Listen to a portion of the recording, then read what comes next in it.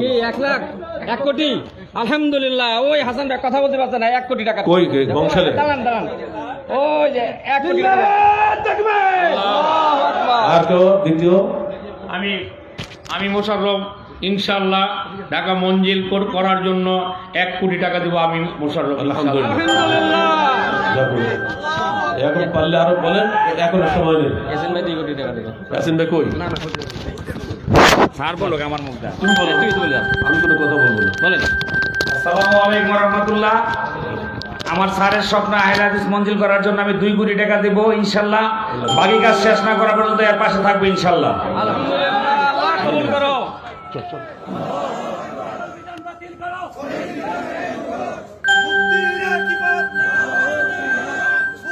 সম্মানিত উপস্থিতি, আপনারা জানেন আমাদের অনুষ্ঠানটি 2 পর্বে সাজানো হয়েছে। এখন ভিত্তিপ্রস্তর অনুষ্ঠান।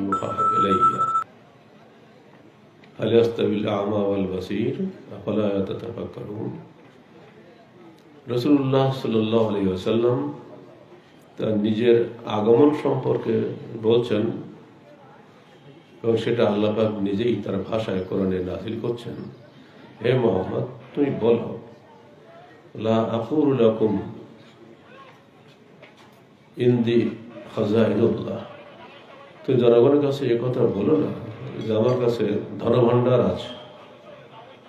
ওয়ালা আকুলু লাকুম ইন্নী মালাক। এ কথা বলো না যে আমি একজন ফেরেশতা। ওয়ালা আকুলু লাকুম ইন্নী আ'লামুল গায়বা। এ কথা বলো না যে আমি অদৃশ্যের খবর রাখি। ইন আত্তাবিউ ইল্লা মা ইউহা ইলাইয়া। আমি শুধুমাত্র অনুসরণ করি ওই বিষয়ের যেটি আমার নিকটে আল্লাহর পক্ষ থেকে ওহী করা হয়। হাল ইয়াস্তাবিল আ'মা ওয়াল বাসীর। অন্ধ ও চক্ষুষ্মান কি সমান? আফলা ইয়াতাফাক্কারুন। তারা কি চিন্তা ভাবনা করবে না? সূরা আনআম 50 নম্বর আয়াত। প্রত্যেক ভাইকে চিন্তা করার আবেদন জানাচ্ছি। এখানে ছেলেরা স্লোগান দিচ্ছে, সকল বিধান বাতিল করো, বিধান কায়েম করো। এই স্লোগানটা আমাদের তৈরি করো।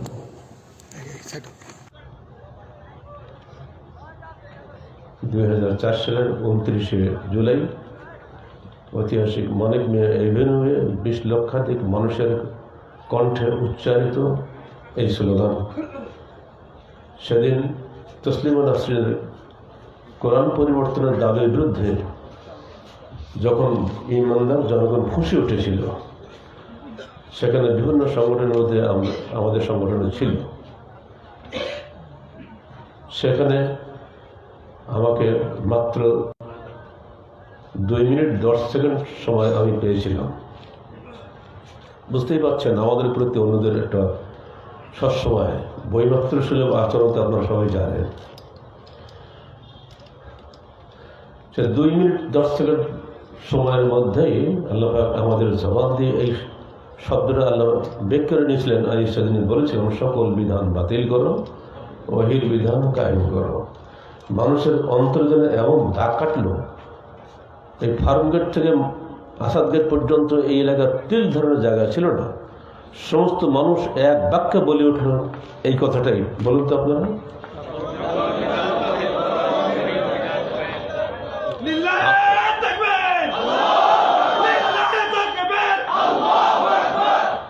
এই কথাটা যে আল্লাহর পক্ষ থেকে আমার ভিতরে ইলহাম হয়েছিল, ওটা আমি ওই দিন বুঝছি, কারণ আমি আগে কোনো চিন্তা করি কোনো কথাগুলো বলিনি, হঠাৎ করে বেরিয়ে গেছে। আজকে এই কথাটাই সংগঠনের স্লোগানে পরিণত হয়ে গেছে। আর এই জন্যই ওই বিরোধী যত তৎপরতা আছে, তাই প্রগতির নামে বিশ্বব্যাপী যত মতবাদ আর ইসলামের নামে যত মজহাবি সংকীর্ণতাবাদ, এ সব কিছুর বিরুদ্ধে একটা ব্যাটিং স্লোগান এটা। তুমি একটা কথা বলছো, ঠিক আছে, আপত্তি কিছু নেই, যদি ওহির বিধানে থাকে মানব, নইলে ছাড়বো। এ সম্পর্কে কোরআন একটা আয়াত আপনাদের বলি, সূরা হাসর 7 আয়াত। ওমা আতাকুমুর রাসূল ফাখুযুহু। বলেন, বললে তো 10টা নেকি পাবেন, একটা হরবে 10 নেকি না? ছোট্ট আয়াত বলেন, ওমা আতাকুমুর রাসূল ফাখুযুহু ওমা নাহা আনকুম ওমা নাহাকুম আনহু ফান্তাহু। ছোট্ট কথা, তোমাদেরকে আমার রসুল যা বলেন তা গ্রহণ করো, যা নিষেধ করেন তা বর্জন করো। এই ছোট্ট কথাটার ভিত্তিতে আহলে আন্দোলন সারা দেশে চলছে। দেশের সীমানা পেরিয়ে আন্তর্জাতিক বিশ্বে আমাদের সংগঠনের সীমানায় চলে গেছে। বহু দেশে সংগঠনের কাজ চলছে, যারা আপনারা ইন্টারনেট দেখেন তারা জানেন। এই মৌলিক কথাটি আপনাদের স্মরণ করিয়ে দিচ্ছি। ঢাকা রাজধানীর বুকে আছে আহলে মঞ্জিল কেন? স্টাডি ট্যুরে আমি 32 দিন ভারতে ছিলাম। 1988 সালের 21শে ডিসেম্বর থেকে 1989 সালের 6 জানুয়ারি ফেব্রুয়ারি পর্যন্ত আমি ঢাকা, ইন্ডিয়া, নেপাল, আর কি বলো না ভুটান, না কিছু খবর না তোমরা।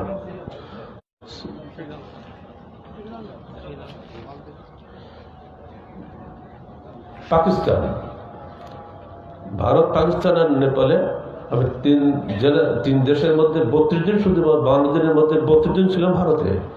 সেখানে আমি রাজধানী দিল্লিতে গিয়ে দেখলাম আহলে হাদিস মঞ্জিল। বাহ, এ তো চমৎকার নাম। যত আলেম ওলামা সেখানে যাতায়াত করেন, ওঠেন, বসেন। সেখানে লাইব্রেরি আছে, সব ব্যবস্থা আছে, পত্রিকা 2-3টা সেখানে বের হয়। সেদিন থেকে সম্বন্ধে ছিলাম, আমাদের তো একটা রাজধানী আছে ঢাকা। ঢাকার রাজধানীর লোক দিল্লি গিয়ে আহলে মঞ্জিলে উঠবে, দিল্লির রাজধানীর লোক ঢাকায় যে আহলে মঞ্জিলে উঠবে, চমৎকারটা সেতু বন্ধ তৈরি হবে না? এটারই স্বপ্ন আজকে বাস্তবায়ন হলো। আপনারা দোয়া করবেন যেন আল্লাহ পাক এটা কবুল করেন। আমি আমার বন্ধু সালমান রহমান ভাইকে এখন তার শেষ বক্তব্য রাখার অনুরোধ করছি। আসসালামু আলাইকুম রহমতুল্লাহ।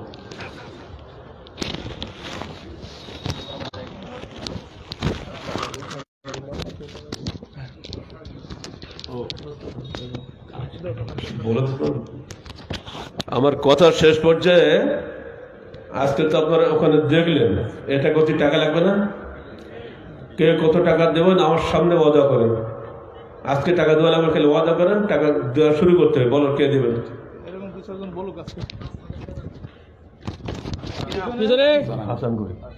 কি 1 লাখ, 1 কোটি? আলহামদুলিল্লাহ। ওই হাসান ভাই কথা বলতে পারছে না। 1 কোটি টাকা কই বংশালে? দাঁড়ান দাঁড়ান, ওই যে 1 কোটি টাকা। আর কেউ দ্বিতীয়? আমি মোশাররফ, ইনশাআল্লাহ ঢাকা মঞ্জিল করার জন্য 1 কোটি টাকা দেবো। আমি মোশাররফ, আলহামদুলিল্লাহ। আলহামদুলিল্লাহ।